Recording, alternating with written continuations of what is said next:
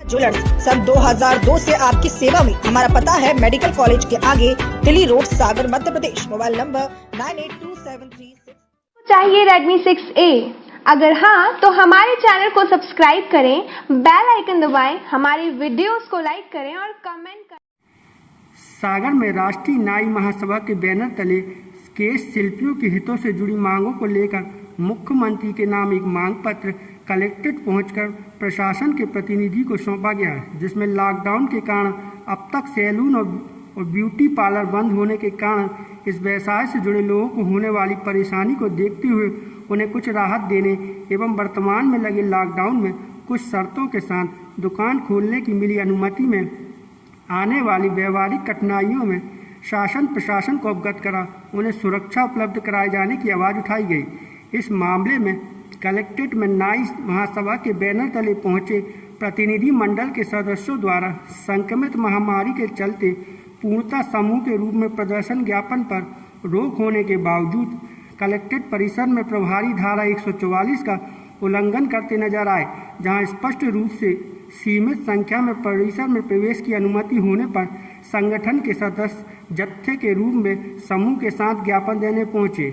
अपनी फरियाद लेके पहुंचे सैलून व्यवसायी के प्रतिनिधि मंडल के सदस्य ने इस दौरान सौंपे गए ज्ञापन में लॉकडाउन के दौरान की अवधि से प्रभावित हुए व्यवसाय पर प्रत्येक माह के हिसाब से 10,000 रुपये मुआवजा के तौर पर देने, महामारी के संक्रमण के बीच उन्हें कार्य करने की मिली छूट के आदेश के एवज में जो सुरक्षा मापदंड प्रशासन ने निर्धारित किए उससे व्यवसाय के दौरान होने वाले सुरक्षा के लिहाज से पुलिस सुरक्षा उपलब्ध कराने एवं कार्य के दौरान पूरी सावधानी बरतने के बाद भी केश शिल्पी के संक्रमित होने पर 10 लाख का बीमा सुरक्षा कवच देने, व्यवसाय से जुड़े लोगों को लोन के लिए बिना शर्त लोन उपलब्ध कराने सहित अन्य मांगे प्रशासन के समक्ष रखी।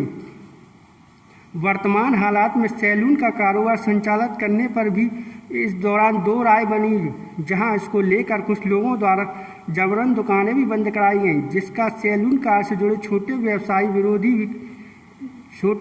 विरोध भी कर रहे हैं। उनके मुताबिक पहले से ही 58 दिन से रोजगार ठप्प पड़ा है। ऐसे में जो छूट मिली उस पर संगठन अपनी राजनीति कर रहा है, जिससे उनकी आजीविका पर प्रभाव पड़ने से हालात और भी बुरे हो जाने से भूखे मरने की नौबत आ जाएगी। इस मामले में अब सैलून कारोबारी दो मत दिखाई दे रहे। हालांकि बहुत से स्थानों पर सैलून की दुकानें पुनः सुचारू रूप से संचालित होती नजर आई। ऐसे में अब इनकी मांगों पर शासन प्रशासन क्या निर्णय लेता है, देखना लाजमी होगा। क्या काम करते हैं? ये सैलून की दुकान काम करती हैं। ये जो आपके संगठन के द्वारा जो कुछ मांगे रखी जा रही हैं सरकार से और दुकान बंद करने की बात कही जा रही है, क्या मानते हैं आप इसको? सर ये तो गलत है, मतलब ये इनको पहले उठाना चाहिए था ये मुद्दा। मतलब जो लगा था बीमारी लॉकडाउन लगा था इसके पहले उठाना चाहिए था एक बार के, मतलब ये बंद क्यों कर दी, मतलब कि चालू रखी जाए दुकानें या कोई सुविधा दी जाए या मदद दी जाए सरकार से, ऐसा पहले करना चाहिए था ना ये सर। अभी वो ये कह रहे हैं कि कुछ मांगे उन्होंने रखी हैं, अगर वो पूरी नहीं होती तो दुकान बंद रखना।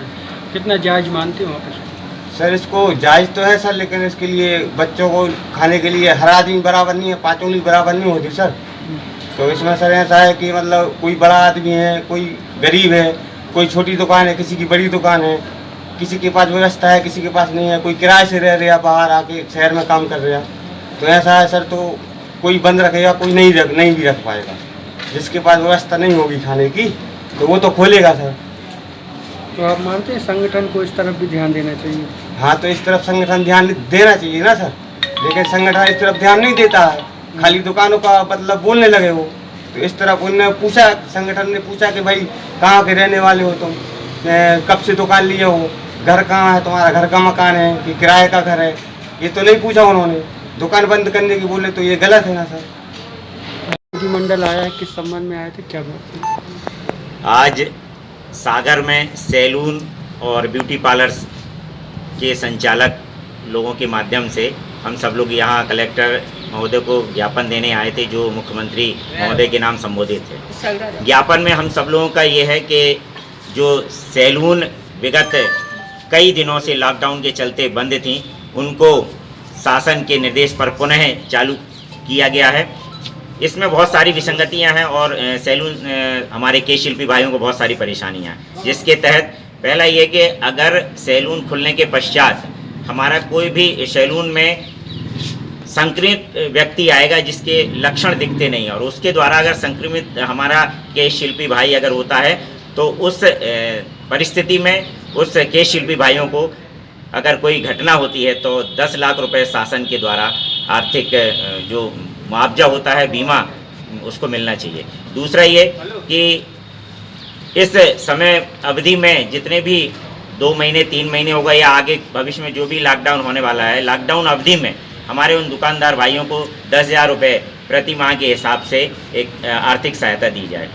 तीसरा ये है कि हमारे इस सैलून खुलने के पश्चात एकदम से बहुत ज़्यादा भीड़ आने वाली है, तो उस समय बहुत सारी लड़ाइयाँ, झगड़े और गुंडागर्दी का माहौल बन सकता है। इसको देखकर हम